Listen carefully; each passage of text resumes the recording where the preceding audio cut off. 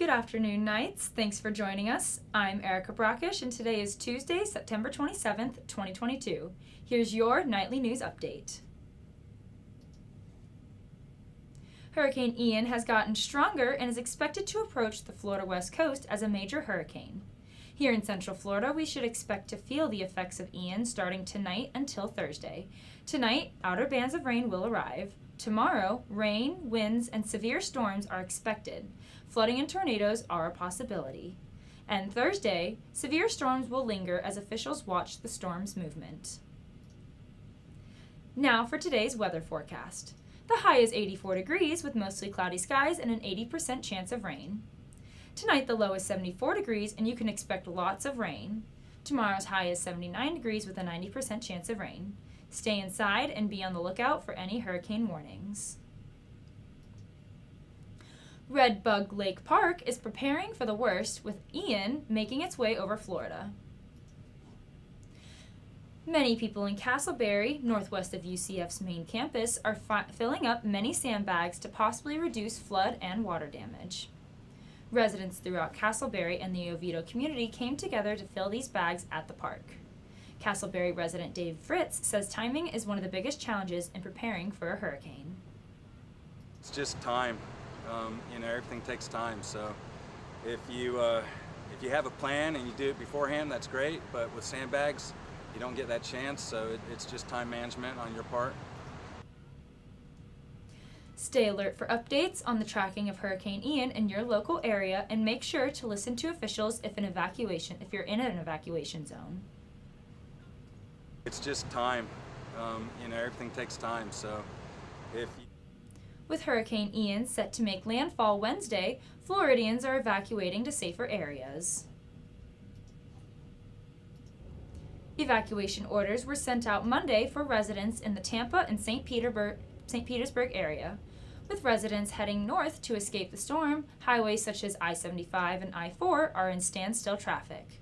If you are evacuating from the storm, try to stay off the highway and consider using back roads to avoid traffic. The Florida Department of Traffic shows a higher percentage of traffic northbound within the last 2 days due to the storm. Over 70 twirlers across the nation experienced a day in the life of a UCF Majorette over the weekend. Nightly News reporter Riley Shepard tells us more about the 21st annual Majorette Day hosted by Marching Knights. From middle school students to high school seniors, there is no shortage of talent this past weekend at the 21st annual UCF Majorette Day. Starting the day bright and early.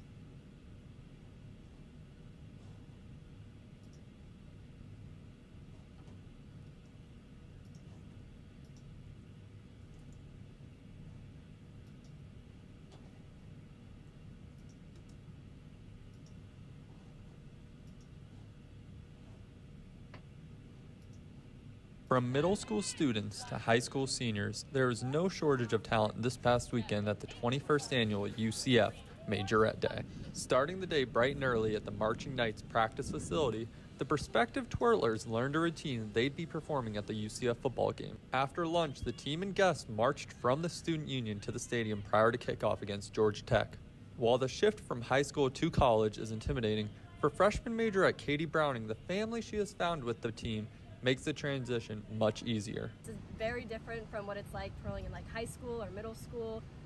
It's a lot bigger, it's on a lot bigger scale, and so everyone's just been really welcoming. With 50,000 eyes on them, the 11 UCF Majorettes, along with their 70 guests, performed alongside the Marching Knights in their rendition of the Phantom of the Opera.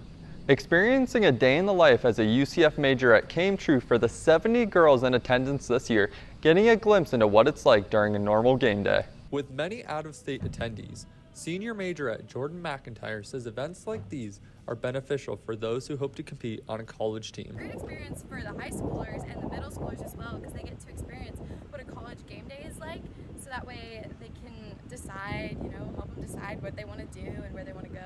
The team hopes to continue building on this year's momentum. In Orlando, Riley Shepard, UCF Nightly News. That's all the time we have for now. Make sure to keep up with all that's happening throughout the week by following us on Instagram at UCF Nightly News. And check back here next week for another Nightly News update.